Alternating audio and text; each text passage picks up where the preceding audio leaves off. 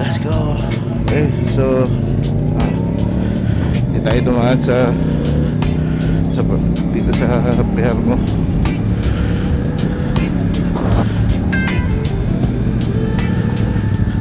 Fuck. Humpy Dumpy. Sat on the wall. Yes.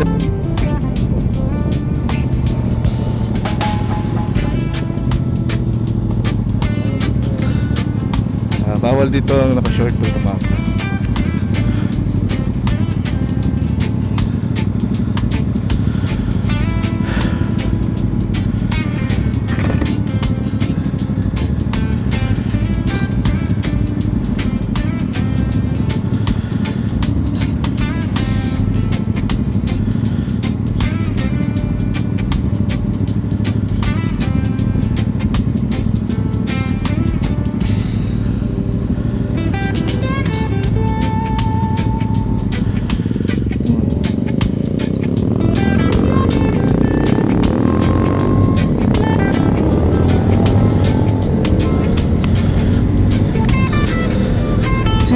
Chill, huwag mong tigain.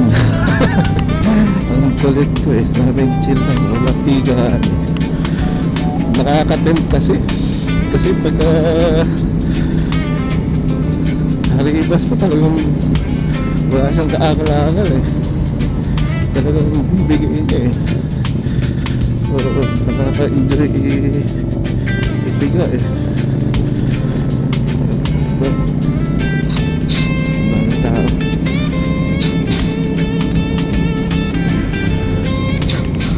Tapos na tayo.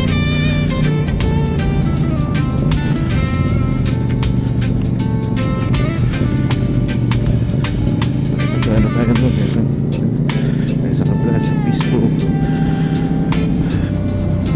Kasi tayo ng car dito. Ang daming tao. Okay, so maraming bikers dito. Dito masarap tumambay. Mamaya siguro pagbalik dito muna tayo.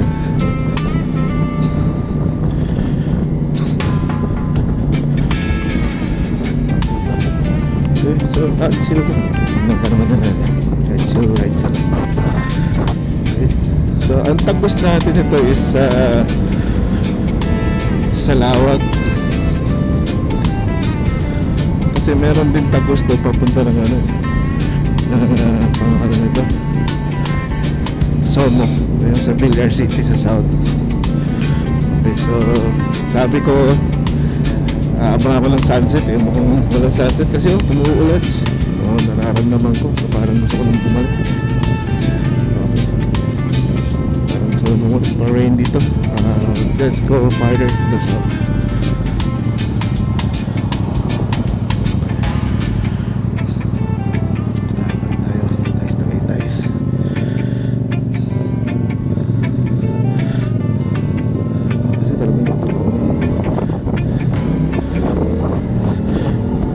Ayaw tayo pagbigyan dito.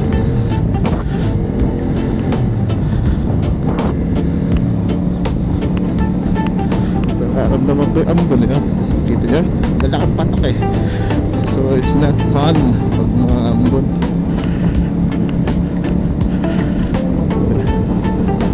Lalakang patok oh. Malas. It's not a fun day to ride. Pinauwi tayo namin hindi ko muna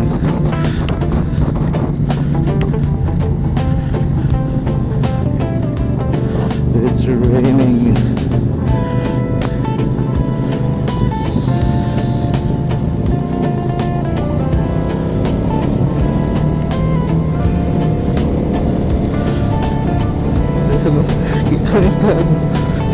Grabe. Let's go home. Sorry. Next time na lang ulit. Next time na lang ulit. It's freaking raining. Let's go somewhere na hindi mo alam.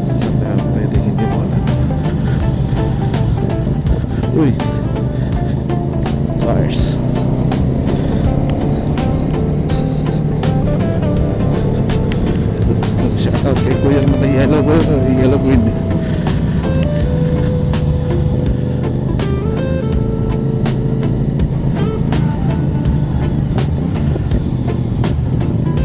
kuya, oh, may bubong. Tayo. Wala tayong bubong. Jacket lang meron. Freaking jacket is not enough. And I don't like to go on rainy rain.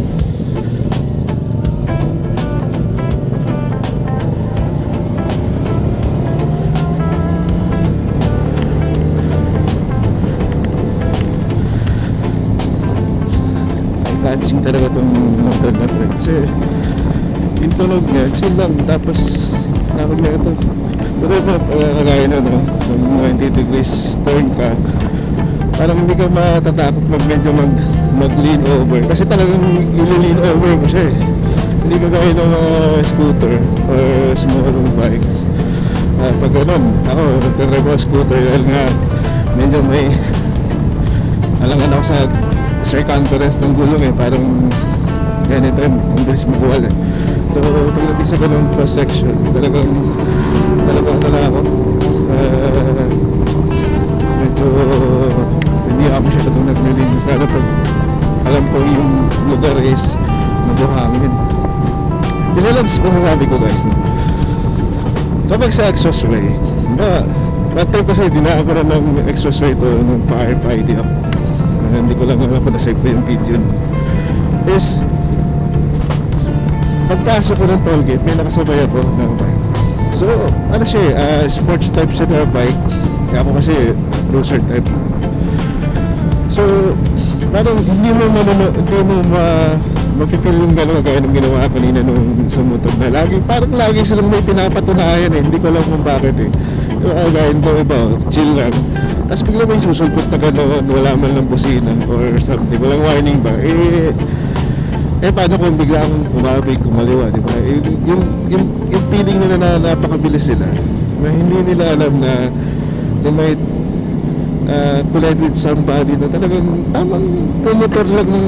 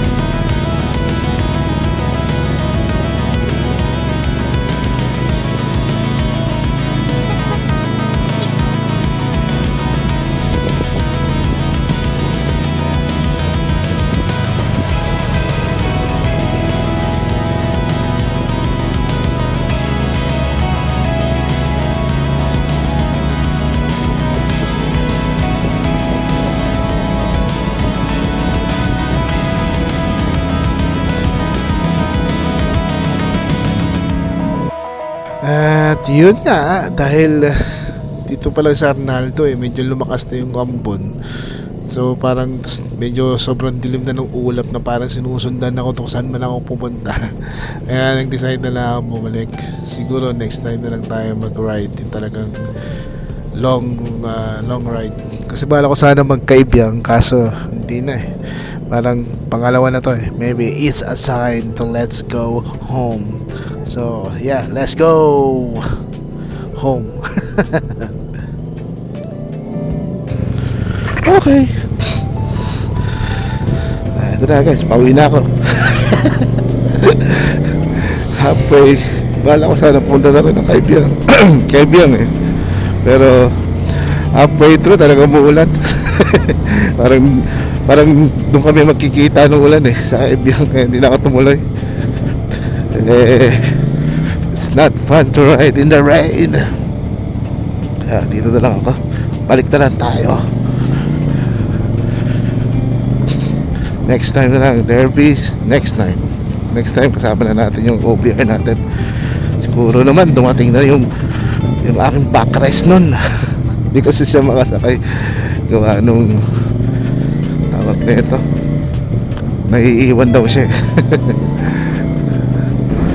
Usually naging favorite na route ko na to. Gawa nung tawag na ito, kaysa dumaan ako to sa may Governor's Drive. Iwas ng konting traffic doon sa mga intersections doon. Yung spot na yan, sooner or later, mga ilang years from now, Ateneo na yan. Okay, hindi ko yan, o ito parang pin ko ito eh, Ateneo yan. Dito ako nauna na palipad ng drone kasi yung lawak eh. Dito ko siya unang pinalipad.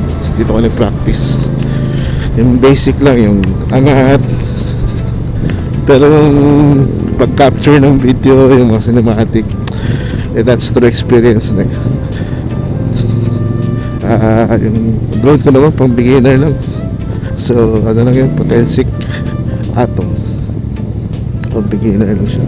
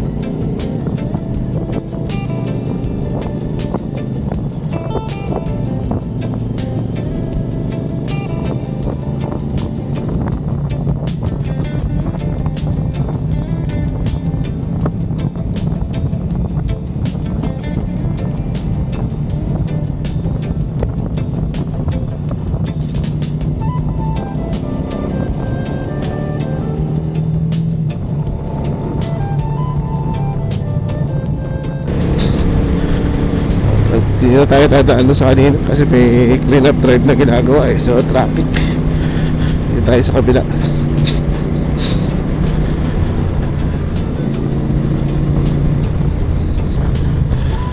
Sa may Vista Mall.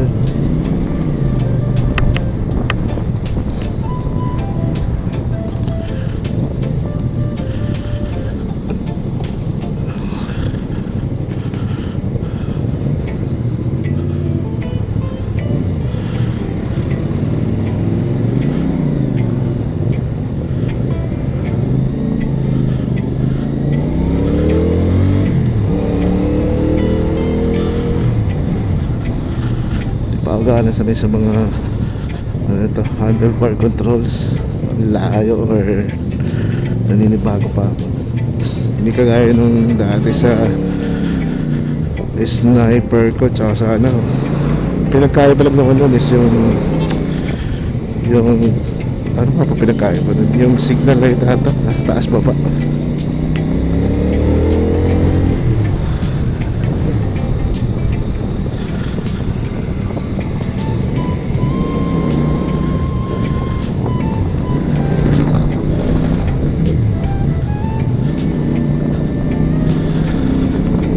Ay, kita niyo yung cloud, oh. Grabe. Grabe yung mga, ano, yung dilim eh. So, yung kanina, wala yan dyan. Dun lang.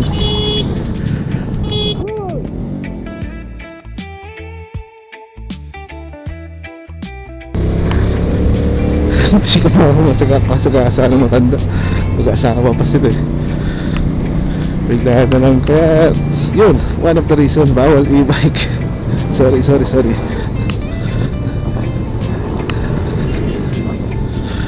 Kaya bawal e-bike. Kasi kahit sa mga ganong klase ng driver.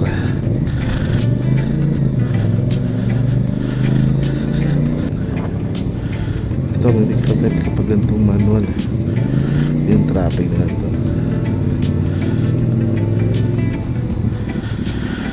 Ito rin may konting pagbagal dito. Kasi yung pagkaliwa rito puro ano to, puro ano to, palengke, mini palengke. Ano pa tawag doon? May tawag doon, nakalimutan ko na. Talipapa. Hindi ko rin mag-gets yung government natin eh. Kasi ano naman kalsada, main road, lalagay mo ng talipapa. So ano na, pinasikip mo na yung kalsada kasi yung mga pipiliin to.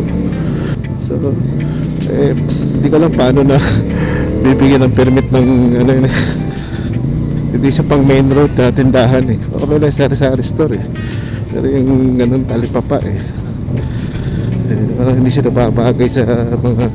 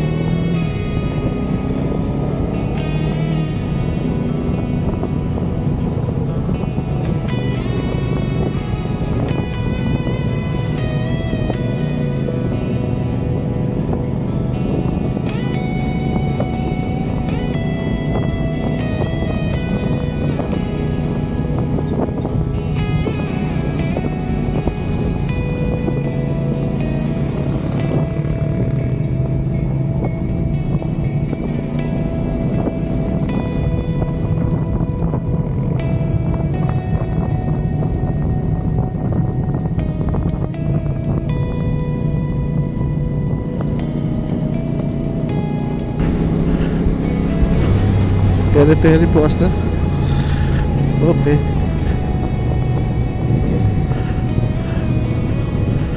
Hindi ko nakapansin kanina yun.